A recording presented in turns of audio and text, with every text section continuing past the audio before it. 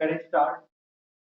आप में से जो बच्चे किए हैं थोड़ा बहुत एंट्री, बहुत सारे बच्चे कंप्लीट कर लिए होंगे, मुझे पता है आंसर भी आ गया होगा। प्लीज जिनका नहीं हो रहा है, नहीं क्लियर हुआ था, एक बार ध्यान से देखना और हैंड रेज करना। और जहां पे भी आपको कठिनाई हो, देखो कंपनी इस क्वेश्चन में आपको क्या दिख रहा है, अगर आप थोड़ा ध्यान से देखना, प्लीज स्टॉप योर वर्किंग, आप मेरी बात सुनना ध्यान से। आपको दिख रहा है कंपनी, मान लो ये डेट है, अलग अलग डेट है, ये मान लो मैं यहाँ पे लिख रहा हूँ डेट, वैसे क्वेश्चन में था नहीं, है नहीं कुछ, बट यहाँ मैं लिख देता हूँ 1 जनवरी, फर्स्ट जैन, यहाँ पे मैं फर्स्ट जैन लिख दिया,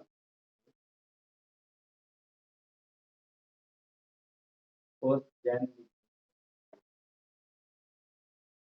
फर्स्ट जैन, इसको मैं 15 फरवरी लिख दूँ, और ये 23 मार्च। आप ध्यान से देखो, कंपनी का यही सोच रहा है ना कि 20,000 शेयर है, तो आप एप्लीकेशन के देखो ना, तो अंडर सब्सक्रिप्शन आपको दिख रहा होगा, ना ओवर सब्सक्रिप्शन दिख रहा होगा। कंपनी 20,000 शेयर बेचना चाह रही है, अगर नीचे लिखता कि 15,000 शेयर बिका, तो आप सारा काम 15,000 शेयर पे करते, तो फिर 15,000 गुना 3 45,000, ध्यान से सुनो क्योंकि अंडर सब्सक्रिप्शन पे भी क्वेश्चन है किताब में। तब आप देखते हो वहां पे लिखा हुआ है कि 15,000 शेयर के लिए अप्लाई आया, और फिर भी आप 20,000 गुना 3 60,000 रुपया कंपनी के बैंक अकाउंट को डेबिट करते हो। एक बात बताओ, जितना बिकेगा शेयर उतने पे ही तो पैसा आएगा। तो अगर आप एक बात सोचो कि 15,000 शेयर के लिए लोगों ने अप्लाई किया, अगर क्वेश्चन अंडर सब्सक्रिप्शन का है, तो 15,000 मल्टीप्लाई 3 करोगे ना, 45,000 ही तो होगा।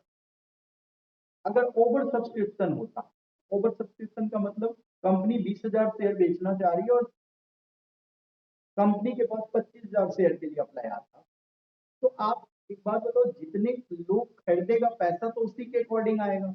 इसका मतलब 25,000 गुना 3 75,000 रुपए कंपनी के पास। तो और अगर क्वेश्चन में कुछ नहीं लिखा हुआ है, इसका मतलब company want to sell 20,000 share और लोगों ने खरीदा भी 20,000 शेयर। तो आपको अगर कभी ओवर सब्सक्रिप्शन और अंडर सब्सक्रिप्शन दिखे, कब दिखेगा, जब नीचे एक लाइन लिखा रहेगा, public subscribe for 15,000 share, it means company want to sell 20,000 share but public subscribe किया 15,000 शेयर के लिए, तो कहीं ना कहीं ये जितना कंपनी बेचना चाह रही है उससे कम शेयर लोगों ने अप्लाई किया, तो कम पैसा आया होगा। तो उस केस में आप 15,000 मल्टीप्लाई 45,000 से ही बैंक अकाउंट को डेबिट। ओवर सब्सक्रिप्शन कब आपको दिखता है, जब कम लिखा हुआ है क्वेश्चन में, आप देखिए 20,000 शेयर कंपनी बेचना चाह रही है और क्वेश्चन में नीचे लिखा रहता पब्लिक सब्सक्राइब फॉर 25,000 शेयर, या फिर एप्लीकेशन रिसीव फॉर 25,000 शेयर, आप समझ जाते कि कंपनी का ओवर सब्सक्राइब हो गया, मतलब कंपनी जितना बेचना चाह रही है उससे ज्यादा शेयर के लिए एप्लीकेशन आए। तो जब भी आप समझो कि एप्लीकेशन ज्यादा शेयर के लिए आएगा, तो आप मल्टीप्लाई उसी अमाउंट ऑफ शेयर से करोगे, लेकिन इस क्वेश्चन में तो कुछ नहीं लिखा हुआ है। इसका मतलब है कि कंपनी जितना शेयर बेचना चाह रही है उतना ही लोगों ने परचेज किया है, मतलब कंपनी 20,000 शेयर बेचना चाह रही है और लोगों ने खरीदा भी 20,000 शेयर। क्लियर? तो आप देखो, थोड़ा सा मैं आपको एक बार दिखा रहा हूँ कि क्या कॉलिंग एलियन होगा, क्यों फॉरफिट किया है, फिर किस तरह से रीइश्यू किया, उसको आप देख समझ सकते हो क्वेश्चन से। 20,000 शेयर कंपनी जारी कर रही है, कंपनी का एक मैनेजमेंट ये समझ रहा है कि 1 जनवरी को हमारे पास 60,000 रुपए आ गया, अगर सारे लोग अप्लाई कर लिए तो 1 जनवरी को हमारे पास 60,000 रुपए आए, फिर 15 फरवरी को हमारे पास 1 लाख रुपए आएगा, 1,60,000 हो गया, और 23 मार्च को हमारे पास 40,000 रुपया और आ जाएगा, मतलब 23 मार्च तक, यानी मार्च एंड से पहले हमारे पास जो है 20,000 गुना 10 2 लाख रुपया आ जाएगा। कोई काम होगा कंपनी को, कंपनी मार्केट में शेयर बेच करके लोगों से पैसा लेना चाहती है। अगर सब लोग ऑन टाइम पेमेंट कर दे, तो कंपनी का मैनेजमेंट फाइनेंशियल प्लानिंग किया, हो सकता है कोई पैसे की जरूरत हो कि 1 जनवरी को 60,000 रुपए आएगा, 15 फरवरी को 1 लाख रुपए आएगा, और 23 मार्च को 40,000 रुपए आएगा। अब देखिए, सब लोग तो पैसा दे दिया एक्सेप्ट कंपनी का जो सोच था, जो मैनेजमेंट सोचा था उसके अगेंस्ट में कौन किया? एक मिस्टर एक्स। आपके दिमाग में आ गया होगा मिस्टर एक्स के शेयर को श्योर आगे प्रॉफिट होगा। क्यों? क्योंकि उसके पास 500 शेयर था। बहुत सारे लोग शेयर लिए होंगे, लेकिन जिसने नेग्लिजेंसी किया है उसके पास 500 शेयर है। Not paid allotment first and final call. यानी अगर आप एक्स की बात करो ना, तो मुझे तो दिख रहा है कि 7 रुपया एक्स नहीं दिया, तो 3500 रुपये का कॉल इन एरियर हुआ। आपको दिख रहा है? ध्यान से देखो sir. Not paid allotment first and final call, मतलब अलॉटमेंट में 5 रुपया नहीं दिया होगा और 2 रुपया फर्स्ट एंड फाइनल कॉल में नहीं दिया होगा। आप मेरे से पूछो ना अलॉटमेंट पे रुपया कितना आया होगा, तो मैं आपको बोल सकता हूँ सोचा तो था कंपनी 1 लाख का, लेकिन एक्स नालायक पैसा नहीं दिया अलॉटमेंट के टाइम में। इसका मतलब 500 शेयर पर अगर 5 रुपए के हिसाब से नहीं आया होगा, तो 2500 रुपया अलॉटमेंट के टाइम में कम आया होगा। इसकी वजह से अलॉटमेंट के टाइम में जब मैं एंट्री करूंगा, तो आपको दिखाऊंगा 97,500 रुपया at the time of allotment आया होगा कंपनी के पास। किसी को दिक्कत है? और कॉल इन एरियर में कितना जाएगा? 2500 रुपया। क्यों? अलॉटमेंट कौन नहीं दिया? एक्स नहीं दिया। वाई को अलॉटमेंट दे चुका है। आप देखिए ना, मुझे याद है वाई से मैं सिर्फ एक ही किस्त नहीं दिया था। कौन सा? फर्स्ट और फाइनल। मतलब आपसे कोई पूछे अलॉटमेंट में रियल में कितना रुपया आएगा, तो आपके दिमाग में सर कॉल तो किया होगा अकाउंटेंट 20,000 गुना 5 1 लाख के लिए, लेकिन अलॉटमेंट में एक मिस्टर एक्स पैसा नहीं दिया होगा। तो वो कितना रुपया नहीं दिया होगा? 500 शेयर पे 5 रुपया नहीं दिया होगा, तो 2500 रुपया नहीं आया होगा। तो 1 लाख में से अगर 2500 नहीं आएगा, तो आया कितना होगा? 97,500। कोई कंफ्यूजन तो पूछो। अगर आप मेरे से पूछो ना फर्स्ट कॉल के टाइम में अकाउंटेंट तो सोचा होगा 40,000 आएगा, लेकिन 40,000 आया नहीं होगा। कैसे? क्यों? एक्स ने नहीं दिया, वाई ने भी नहीं दिया, मतलब टोटल 600 शेयर पे 200 रुपए के हिसाब से 1200 रुपया नहीं आया। तो आप मुझे बताइए 40,000 में 1200 नहीं आया, तो आया कितना होगा? 38,800 रुपया आया होगा। दिख रहा है आप लोगों को? और बहुत ही सिंपल काम है भाई, यहाँ कोई कॉम्प्लिकेशन नहीं है, इसलिए आपको बोल रहे हैं कि आप सीख सकते हो। थोड़ा ध्यान दो। आप जो पैसा कॉल इन एरियर में चला गया, मतलब नहीं दिया, तो अलॉटमेंट के टाइम में मुझे दिख रहा है 2500 रुपया नहीं आया होगा। फर्स्ट कॉल के टाइम में मुझे दिख रहा है 1200 रुपया नहीं। अलॉटमेंट के टाइम में कंपनी सोचा था 1 लाख आएगा, उसमें 2500 नहीं आया, तो अलॉटमेंट के टाइम में बैंक में ट्रांसफर होगा 97,500। फर्स्ट कॉल के टाइम में कंपनी सोचा होगा 40,000 आएगा, लेकिन क्लियर दिख रहा है 500 एक्स वाला 100 वाई वाला 600 शेयर पे 2 रुपए के हिसाब से 1200 नहीं आया होगा, तो 40,000 में 1200 नहीं आएगा, तो आएगा कितना? 38,800। फर्स्ट और फाइनल कॉल के टाइम में हम एंट्री करेंगे तो बैंक में ट्रांसफर। अब मैं आपको ये भी बता देता हूँ कितना कंपनी को फायदा हुआ। ध्यान से देखना, ऐसे हम लोग रीड करके समझ सकते हैं, आंसर कर सकते हैं। देखना, एक्स की बात करते हैं पहले। एक्स का कंपनी के पॉकेट में कितना पैसा गया हो?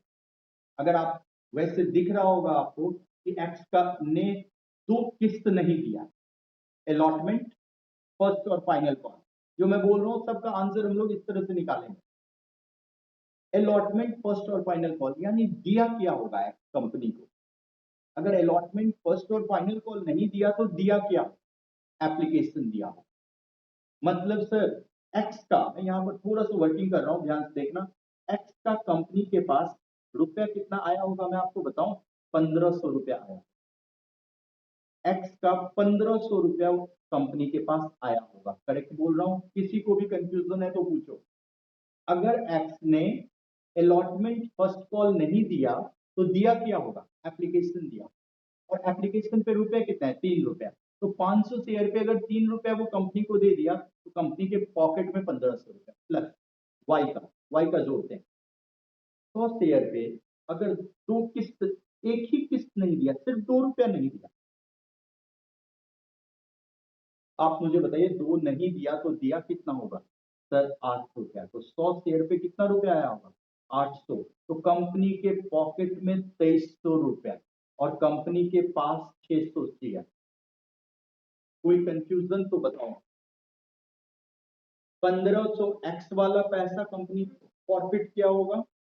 800 वाई वाला पैसा कंपनी ने फॉरफिट किया होगा, तो टोटल फॉरफिटेड अमाउंट 2300 600 शेयर पे कंपनी के पॉकेट। पहला नंबर का आंसर निकालते हैं। देखो आप रीड करके हम लोग पता कर लेंगे। सारा शेयर देखिए, 10 का शेयर अगर 7 में बेचोगे ना तो पर शेयर 3 रुपए का लॉस होगा। तो 600 शेयर पे 3 रुपए के हिसाब से 1800 का लॉस होगा। 2300 के फायदे में 1800 का लॉस होगा। तो आप मुझे बताइए पहला केस में आंसर कितना जाएगा पता है? 500 रुपए।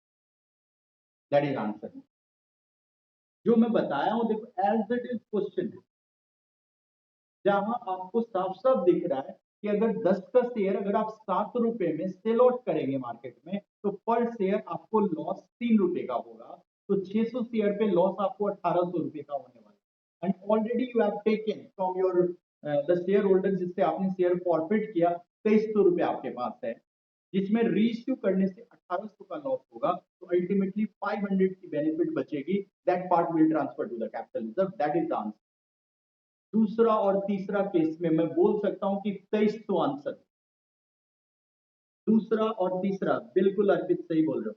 दूसरा और तीसरे केस में क्योंकि हम लोग स्टार्टिंग में थ्योरी के टाइम में ही पढ़ लिए, अगर फेस वैल्यू और फेस वैल्यू के एबव पर बिकेगा ऑल शेयर, आप देखो ऑल शेयर फेस वैल्यू और फेस वैल्यू से एबव पर बिकेगा तो 100% पुराना amount will transfer to the capital reserve. तो आंसर विल बी 2300। दूसरा और तीसरा दोनों केस। कुछ अभी भी नहीं समझ रहे हो मुझे पता है, या तो वो लीव करोगे या उनके पास एक्सक्यूजेस होगा, कोई आवाज नहीं आ रही है या पता नहीं क्या क्या होगा। दोनों। तो प्लीज पूछो अगर कोई भी समस्या है तो। आप कोई भी क्वेश्चन देख करके आंसर कर सकते हो स्मार्टली। और आप यहाँ पर आपको चेक क्या करना है, क्या अमाउंट आपने ऑलरेडी फॉरफिट कर लिया, रीइश्यू करने से क्या लॉस है, उस प्रॉफिट में से लॉस को डिडक्ट करके आप कैपिटल रिजर्व में भेज दो। केस 1 में आप थोड़ा सा ध्यान से रीड करो तो आपको दिख रहा होगा कि वो reissue less than face value पर हुआ है। उस केस में हमें डिडक्ट करने की जरूरत है। 10 का शेयर अगर 7 में बेचोगे तो पर शेयर 3 रुपए का लॉस होगा। तो 600 शेयर पे 1800 का लॉस। आप 2300 का बेनिफिट कमा चुके हैं, उसमें 1800 का लॉस हो गया। तो अल्टीमेटली 500 आपने कैपिटल रिजर्व में। लेकिन सेकंड और थर्ड केस देखते ही आंसर आपके दिमाग में आना चाहिए कि सर आंसर 2300 होगा। क्यों? क्योंकि एक में इवन बेनिफिट हुआ है, लेकिन मैं आपको बता चुका था थोड़ी देर पहले थ्योरी में ही कि रीइश्यू करने से जो इंस्टेंट बेनिफिट होगा that part will not transfer to capital reserve, that is a part that amount transfer to security premium account. तो ये जो आपको 2 रुपए का 1200 का जो बेनिफिट दिख रहा है, 10 का शेयर 12 रुपया में बेचे हो, 2 रुपए का जो बेनिफिट दिख रहा है, तो 600 शेयर पे 1200 का जो बेनिफिट है that transfer to the security premium account, ना कि कैपिटल रिजर्व में। इसका मतलब there is no loss in case of reissue. अगर कोई लॉस नहीं हुआ तो पहले वाला पूरा का पूरा फायदा 2300 will transfer to the capital. कोई कंफ्यूजन 1, 2 और 3 केस में तो पूछ। Any question anyone? 4, 5 और 6 केस को एक बार ध्यान से देखो आप, ऐसे ही आंसर हम लोग निकाल लेंगे। चौथा तीसरा केस चौथा केस में देखिए 500 शेयर रीइश्यू। एक बात बताओ 600 शेयर पे 2300 का फायदा में आ रहा है क्या? तो 500 शेयर पे कितना बता सकते हो? 1000 का लॉस है, ये मुझे दिख रहा है। एक बार मैथमेटिकल वर्क करना पड़ेगा। 600 शेयर पे 2300 का फायदा, तो 500 शेयर पे कितना अप्रॉक्स निकालो, पॉइंट में आएगा। ओके अर्पित एक अप्रॉक्स फिगर बता दो ना।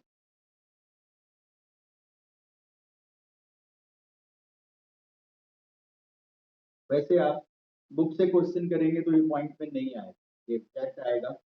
600 शेयर पे 2300 का बेनिफिट, तो 500 शेयर पे कितने का बेनिफिट, ये निकाल लो। मुझे दिख रहा है 500 शेयर पे लॉस है 8 रुपए का। 500 शेयर पे लॉस है 2 रुपए का, तो 1000 उसमें से घटा दो। 3.8। एक शेयर पे 3 रुपया 80 पैसे का फायदा। 600 शेयर पे 2300 का बेनिफिट, तो पर शेयर बेनिफिट 3 रुपया 80 पैसे का है। ये एक अप्रॉक्स फिगर है, करेक्ट है। आप मुझे बताइए 4 ले ले, नहीं वेदी का 4 नहीं लेना है, 3.8 ही लेना है। अब आप देखिए 500 शेयर 8 रुपए का बेचोगे तो पर शेयर 2 रुपए का लॉस है, तो आप क्या करोगे, 3.8 में से 2 माइनस कर दो ना, पर शेयर बेनिफिट, अल्टीमेट बेनिफिट कितना बचा, 1.8 का। तो आप 500 शेयर को 1.8 से मल्टीप्लाई कर दो, 900 रुपया कैपिटल रिजर्व में ट्रांसफर, 916 रुपया कुछ capital reserve, not general reserve, it's a capital reserve. फिर 400 शेयर पे 300 शेयर पे, मतलब आप जब प्रोपोर्शनेट रीइश्यू कर रहे हो, हाँ बिल्कुल प्रोपोर्शनेट रीइश्यू कर रहे हैं, तो प्रोपोर्शनेटली बेनिफिट आपको निकालना पड़ेगा, मतलब उस शेयर से रिलेटेड, जो शेयर आप रीइश्यू कर रहे हैं उससे रिलेटेड बेनिफिट कितनी और उससे रिलेटेड लॉस कितना। This is the additional work that you have to do. All share का तो पूरा आप 150 ले लिए, लेकिन जब 500 400 300 करोगे तो आप जरा लॉजिकली सोचो ना, कि जब आप पूरा शेयर बेच ही नहीं रहे हो तो पूरा बेनिफिट को कैसे लोगे भाई। जितना प्रतिशत शेयर आप रीइश्यू कर रहे हो उतने प्रतिशत बेनिफिट आपको निकालना पड़ेगा ना, और उस शेयर को रीइश्यू करने से अगर कुछ लॉस है तो माइनस करेंगे and the rest amount will transfer to the capital. यही काम हम लोग करने वाले हैं। आइए सर, कहानी तो आपने इतना बता दिया, तो एंट्री कैसे करते हैं यही नहीं पता। आओ भाई एंट्री सीखते हैं, और कोई समस्या हो तो पूछना है। देखो याद है मुझे अच्छे से क्वेश्चन। अब हम लोग एंट्री करते हैं, पहले किस्त में सबसे पहले पैसा आएगा बैंक अकाउंट डेबिट। बताओगे मुझे वो कितना रुपया था अप्लाई के टाइम पे, 5 रुपया था क्या, सॉरी 3 रुपया था, कितना क्वेश्चन में, तो 20,000 टू शेयर एप्लीकेशन, यानी पैसा आया है एप्लीकेशन 3 रुपया, तो 60,000 रुपये। This is for journal entry 60,000। हम लोग नरेशन लिख देंगे, नरेशन आप लिख लेना, being application money receive for 20,000 share at the rate of 60,000। दूसरी एंट्री हो गया, एप्लीकेशन खत्म, शेयर एप्लीकेशन जब जितने से हमने क्रेडिट किया उतना से डेबिट कर देंगे 60,000 से, और पैसे को ट्रांसफर कर देंगे कहाँ पर, जिस शेयर कैपिटल अकाउंट, सर किताब में देखिए इक्विटी शेयर कैपिटल था, बढ़िया बात है। प्रेफरेंस शेयर कैपिटल था, वो भी बढ़िया बात है। तो अगर इक्विटी शेयर होगा तो इक्विटी शेयर कैपिटल लिख देना, प्रेफरेंस शेयर होगा तो प्रेफरेंस शेयर कैपिटल लिख देना। आप जरा एप्लीकेशन की 2 एंट्री खत्म, ये आपको लिखने नहीं आता है, ये मुझे नहीं पता क्यों नहीं आता है, ये फॉर्मेट में होता है, ये भी आपको शायद पता होना चाहिए। पहला कॉलम डेट का, then particular, then ledger folio, then debit का अमाउंट, देन क्रेडिट का अमाउंट। जर्नल है ये 5 कॉलम बनाना पड़ेगा। तो आप ये bank account debit to share application and another entry share application को हम जितना से राइट ऑफ कर देंगे, यू कैन सी अल्टीमेटली बचा क्या, bank account debit to share capital. हर एंट्री में अल्टीमेटली पैसा आएगा बैंक एसेट में और कैपिटल लायबिलिटी में, यही इंपैक्ट बचेगा। सेकेंड एंट्री, एक 2 एंट्री और कर लें। एक बात आपको यहां पर मुझे समझाना है, अप्लाई के टाइम में पहले पैसा और बाद में हमने कैपिटल में ट्रांसफर, लेकिन फर्दर सारे किस्तों में पैसा बाद में आएगा, मतलब बैंक की एंट्री बाद में करेंगे और कैपिटल में पहले ट्रांसफर करेंगे। यानी फर्दर इंस्टॉलमेंट में आप पहले एंट्री करेंगे share allotment account debit to share capital, to share capital, share capital, यानी हमें पता है कितना, 5 रुपया था क्या, कितना था अलॉटमेंट पे, 5 रुपया था ना, यानी अकाउंटेंट सोच रहा है 1 लाख रुपया आएगा, अभी आया नहीं है, अभी ड्यू की entry pass, being allotment money due for 20,000 share at the rate of 5H। बाद में जितने से हम अलॉटमेंट को डेबिट किए उतने से हम शेयर अलॉटमेंट को क्रेडिट भी कर देंगे, क्योंकि अलॉटमेंट एप्लीकेशन के लेजर में कुछ नहीं बचना चाहिए, 1 लाख। डेबिट क्या होगा पता है, जितना पैसा आया वो बैंक, जो नहीं आया उसको कॉल इन एरियर बोलते हैं। हमें तो क्वेश्चन याद है, कौन नहीं दिया पता है, एक्स। कितना शेयर था, 500। 500 शेयर पे 5 रुपया के हिसाब से नहीं आया तो 2500 रुपया नहीं आया। 1 लाख में 2500 नहीं आया तो आया कितना होगा, 97,500। 500 शेयर, 20,000 में 500 शेयर पर पैसा नहीं आया तो 19,500 शेयर पे 5 रुपए के हिसाब से मल्टीप्लाई कर लो, वही अमाउंट आएगा जो वहां पर लिखा। अभी कोई नहीं पूछोगे, सबको समझ में आ रहा है। जब मैं पूछूंगा तो आपको दिक्कत आएगी। Allotment once debit again credit by the same amount. बचा क्या, bank account debit, call in arrear account debit to share capital. ऊपर वाले किस्त में सर कॉलिन एरियर नहीं दिख रहा है, इस बार क्यों दिख रहा है, क्योंकि ऊपर वाले में सारे शेयर होल्डर अप्लाई का पैसा दे दिया तो कॉलिन एरियर वर्ड यूज करने की रिक्वायरमेंट नहीं है। बट नीचे वाले दोनों किस्त में you can see there is call in arrear, why, क्योंकि इसमें एक शेयर होल्डर ने पैसा नहीं दिया। दोनों एंट्री में क्या डिफरेंस है, थोड़ा स्मार्टली देखो तो सर इसमें पहले पैसा आया बाद में कैपिटल में ट्रांसफर, लेकिन इस वाले एंट्री में पहले आपने कैपिटल में ट्रांसफर किया और बाद में पैसा आने की। तो ये पहले अप्लाई में पहले पैसा दिया जाता है, लेकिन अलॉटमेंट फर्स्ट कॉल में बाद में पैसा दिया। तो ये दो एंट्री में कहाँ दिक्कत आती है, कोई दिक्कत नहीं होगी अभी, वेरी गुड। अब हम लोग तीसरी एंट्री कर रहे हैं, share first call account debit, share first call account debit to share capital. पहले हम लोग ड्यू की एंट्री पास कर रहे हैं, 20,000 गुना 2 रुपया, 40,000 फर्स्ट कॉल में आएगा and that 40,000 will transfer to share capital. Capital में ट्रांसफर करेंगे। अकाउंटेंट सोच रहा है कि फर्स्ट कॉल में 40,000 रुपए आएगा जिसे हम कैपिटल में ट्रांसफर करेंगे। जितने से आपने फर्स्ट कॉल को डेबिट किया उतने से आप शेयर फर्स्ट कॉल को क्रेडिट कर दो। कितने से, 40,000। लेकिन आपको दिख रहा होगा जो पैसा आया उसके लिए बैंक, जो नहीं आया उसके लिए कॉलिंग एरियर। इस बार दो नालायक हैं, एक तो मिस्टर एक्स जो 500 शेयर रखा हुआ था वो भी नहीं दिया ये किस्त, प्लस मिस्टर वाई के पास 100 शेयर है। आप ध्यान से पढ़ लेना क्वेश्चन, मल्टीप्लाई 2 रुपया यानी 1200 रुपया नहीं आया होगा तो आया कितना होगा, 38,800। क्रॉस चेक कर देता हूँ, अगर 600 शेयर पे पैसा नहीं आया होगा तो आया होगा 9,400 शेयर पे पैसा। दो से मल्टीप्लाई कर लो वही अमाउंट आएगा। And you can C first call debit credit by the same amount. काट मत देना आप एग्जाम में, आपको बस दिखा रहा हूँ कि अलॉटमेंट, एप्लीकेशन और first call once debit again credit by the same amount, मतलब अगर उसका लेजर बनाए तो कोई भी इम्पैक्ट बैलेंस नहीं बचेगा जो कंपनी के बैलेंस शीट में जाए। तो ये 3 और 3 6 एंट्री आपको सामने दिख रहा होगा। अब टाइम आ गया फॉरफीचर।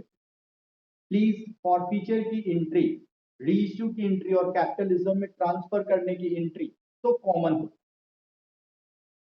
सर 9,400 शेयर नहीं, 19,000, 19,000 मल्टीप्लाई पुरुषोत्तम राज, क्या पूछ रहे हो?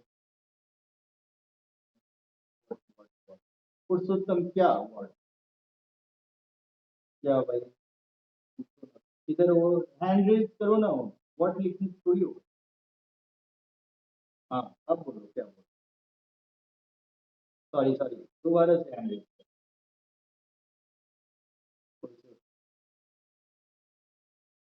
हाँ अब बताओ। बोलिए।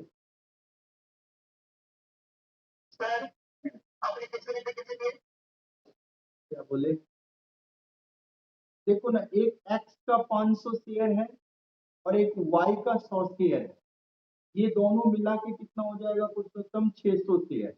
और 600 शेयर पे 2 रुपया नहीं आएगा तो 1,200 रुपया नहीं आएगा, तो 40,000 में अगर 1,200 कॉलिन एरियर में भेजोगे तो माइनस कर दो तो आएगा कितना रुपया, तो बैंक में लिख दिया। यही पूछ रहे हो या कुछ और पूछ रहे हो? अनम्यूट कर रहा हूँ, बोलो तो। हम्म हम्म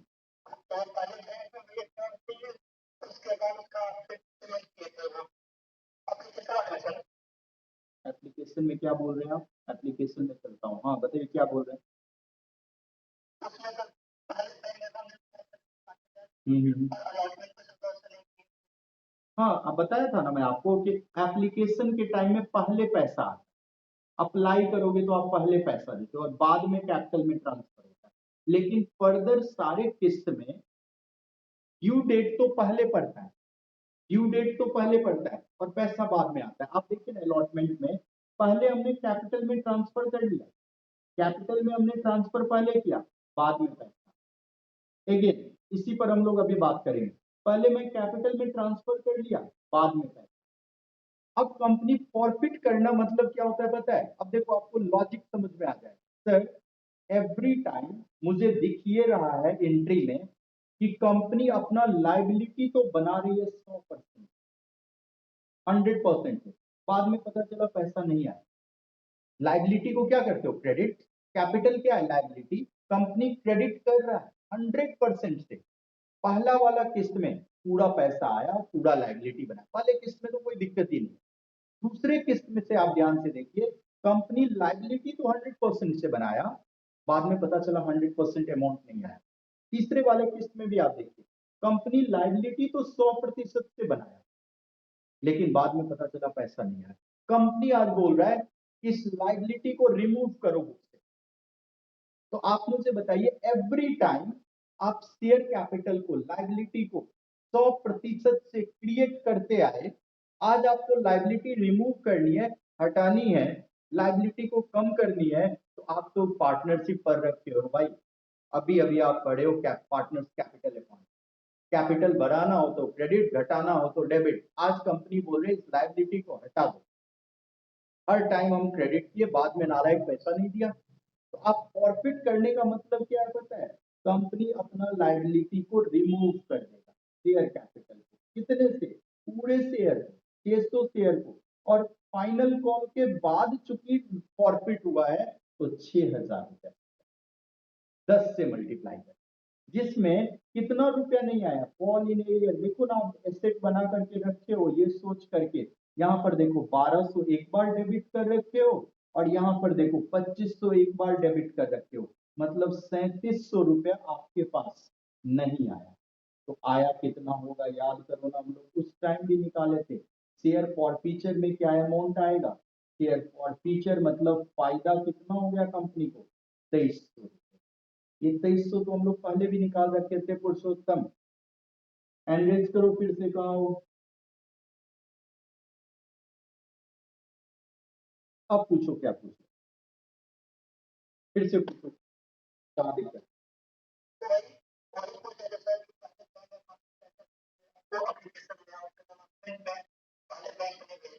हाँ, वो तो देखो अप्लाई, जब आप स्कूल में आप एडमिशन लेते हो तो एडमिशन फी पहले देते हो ना। उसके बाद जो किस्त होता है वो 10 तारीख को देना रहता है। रूल है, मान लो 10 जून को, 10 जून को अकाउंटेंट को तो पता रहता है 5,000 बच्चा है, इतना फी आएगा, इतना रुपया आएगा। 10 ही को देते हो क्या? कभी कभी 12, 13, 14, 15 तक होता है या नहीं होता? उस हिसाब से आप सोचो तो अप्लाई के टाइम में कंपनी जो है ऑन पहले पैसा आ जाता है, और लेकिन फर्दर जो इंस्टॉलमेंट होता है उसमें 2, 3, 4 दिन तक वेट करती होगी शायद कंपनी। तो ड्यू डेट को कंपनी ड्यू में तो ट्रांसफर कर लेती है अमाउंट को, बट रिसीव करने का डेट 1, 2, 3, 4 दिन बाद होता है। इसीलिए पहले वो कैपिटल में ट्रांसफर करती है, बाद में पता कर चलता है कि वो बंदा नहीं दिया पैसा। सब दे देता था तो पॉलिनेरियर होता ही नहीं, तब तो फॉर फीचर की बात ही नहीं होती। लेकिन क्वेश्चन में कोई ना कोई एक दो नालायक तो निकलेगा ना। तो एक दो नालायक का वेट किया कि चलो इस किस्त में नहीं दिया पैसा तो कोई बात नहीं, शायद अगले किस्त में दे दे। फर्स्ट कॉल में देखो एक्स का इंतजार किया गया, नालायक फाइनल कॉल भी नहीं दिया, तो कंपनी डिसाइड किया कि इसमें हमने लाइबिलिटी तो बना लिया ड्यू के डेट को, और बाद में ये पैसा दिया नहीं, तो इसके लाइबिलिटी को रिमूव कर देते हैं, शेयर कैपिटल को इसने डेबिट कर दिया। This is entry of share for feature. और फीचर की एंट्री। और ये देखो ना 2300, हम लोग बहुत पहले याद किए थे, 2300 रुपया आएगा फॉर टीचर। कोई कंफ्यूजन? पुरुषोत्तम, ये बड़े आगे। अब बताते चलो ना केस, उसके अकॉर्डिंग आंसर निकालते चलते हैं। पहला केस क्या था आप देखिए, बोल रहा है all share reissue at the rate of क्या था 7-8 क्या था all share reissue at the rate of 7 था 8 था क्या था 7 ओके तो देखो आप यहाँ पर सोचना जरा ऑल शेयर रीइश्यू मतलब सर देखने से ही लग रहा है जितना शेयर फॉरफिट किए जितना लाइबिलिटी खत्म किए फिर से अगर बेचेंगे तो उतने से शेयर कैपिटल को क्रेडिट करें ये देखो आप ऊपर डेबिट किए हो कब फॉरफिट किए हो तो लाइबिलिटी को रिमूव किए हो again you are going to sell the share in the market मतलब you are going to create again the liability in the market और पूरा शेयर मतलब 600 मल्टीप्लाई 10 कितना हो जाएगा 6,000 जिसके अगेंस्ट में आपको बैंक अकाउंट कितना में बेचे हो 600 शेयर शायद आप में से कोई बच्चा बताए 7 रुपए 4200 रुपया ही आया मतलब ये जो आप ऊपर क्रेडिट कर रखे हो ना उसको डेबिट कर कितने लॉस हुआ शेयर फॉर फ्यूचर को डेबिट कर कितने से 18 देखो अब डेबिट क्रेडिट बराबर रीइश्यू की एंट्री देख लो 2300 के बेनिफिट क्रेडिट था उसमें 1800 डेबिट हुआ और कितने से डेबिट कर दो तो शेयर फॉरफीचर का लेजर बनाने के बाद बैलेंस क्या बचेगा 0 क्योंकि शेयर फॉरफीचर के नाम से बैलेंस शीट में कुछ नहीं जाता किस नाम से जाता है कैपिटल रिजर्व के नाम से तो शेयर फॉरफीचर जितना से आप क्रेडिट किए हो you have to debit it by the same amount then if you will prepare the ledger of share forfeiture there will be no balance and no amount will transfer in further account like balance sheet कहीं भी नहीं जाएगा तो एक बार आपने credit किया 2300 से debit हो चुका है 1800 और कितने से अंतिम एंट्री कर रहा हूँ शेयर फॉर फीचर को डेबिट कर दूं और फीचर को सर डेबिट कर दो कितने से 500 से और उस पैसे को ट्रांसफर कर दो कहां पर मैं शॉर्ट में लिख देता हूँ कैपिटल रिजर्व में 500 दिस इज द लास्ट पहला केस खत्म केस 1 किसी को थोड़ा बहुत भी कंफ्यूजन है एंट्री में तो पूछना है 2300 के बेनिफिट में 1800 का लॉस हो तो जो बचा आज के डेट में आप एक शेयर फॉर टीचर का लेजर बना के देखो balance will be 0 once credit by 2300 एक बार हमने डेबिट 1800 से कर दिया और एक बार और डेबिट 500 से कर दिया तो जितने से क्रेडिट किया उतने से डेबिट कर दिए तो उसके लेजर बनाएंगे तो बैलेंस क्या हो जाएगा 0 तो बैलेंस शीट में हमारा कौन सा पार्ट जाएगा कैपिटल रिजर्व देखिए फॉर टीचर फॉर टीचर उत्कर्ष का एक बार दोबारा एक्सप्लेन करें उत्कर्ष उत्कर्ष एक हैंड रेज कीजिए हाँ उत्कर्ष देखो क्या बोल रहा है कहाँ पे प्रॉब्लम है ये बताओ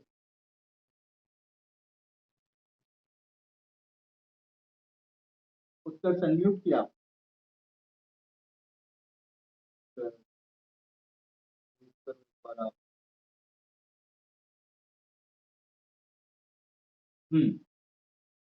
कहाँ प्रॉब्लम है ये बताइए उत्कर्ष बताइए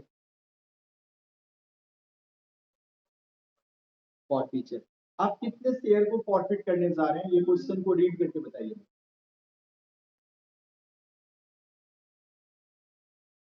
500 तो एक्स वाला उत्कर्ष और 100 वाई वाला मतलब 600 शेयर नेग्लिजेंसी आपको दिखा होगा 600 शेयर होल्डर ने किया है एक्स ने और वाई ने तो 600 शेयर आप जो फॉरफिट करने जा रहे हैं वो फाइनल कॉल के बाद करने जा रहे हैं तो मतलब कि शेयर कैपिटल को क्यों डेबिट किए क्योंकि एवरी टाइम जब भी हम ड्यू का डेट आता था तो हम कैपिटल नाम की लाइबिलिटी को क्रिएट कर लेते क्रेडिट कर लेते थे बाद में पता चलता था वो शेयर होल्डर पैसा ही नहीं दिया तो आप मुझे बताओ कि जब हमने इस बार भी अब हम क्या बोले कि भाई हर टाइम हमने कैपिटल को क्रेडिट किया लाइबिलिटी क्रिएट किया बाद में पैसा नहीं आया आज लाइबिलिटी को रिमूव कर हटाओ ये लाइबिलिटी लाइबिलिटी नहीं है हमारा क्यों क्योंकि पूरा पैसा ही नहीं है लॉजिक समझो तो company every time share capital को क्रेडिट किया था आज उस कैपिटल को जो पैसा नहीं दिया उसके लाइबिलिटी को रिमूव कर दिया तो आप देखो 600 शेयर मल्टीप्लाई 10 रुपीज 6000 से जिसमें पैसा कितना नहीं आया आप देखो ना 2 बार आपने एंट्री में डेबिट कर रखा है कॉलिंग एरिया को वेट कर रखे हो रहे हो डेबिट करके एसेट बना के कि शायद वो दे दे पैसा लेकिन जिस शेयर को अब आप हटा दिए बुक्स ऑफ अकाउंट से वो ड्यूज अब आपका तो आने वाला नहीं है, तो डेबिट कर रखे हो। आप देखिए अलॉटमेंट में आप किए हैं 2500 से डेबिट, और फर्स्ट कॉल के टाइम में कॉलिंग एरियर 1200 से डेबिट किए हैं, तो टोटल 3700 से आप कॉलिंग एरियर को डेबिट कर रखे हैं। अब वो पैसा तो आएगा ही नहीं, तो क्रेडिट करके आपने राइट ऑफ कर दिया। तो ये एंट्री हमें बता रहा है कि कंपनी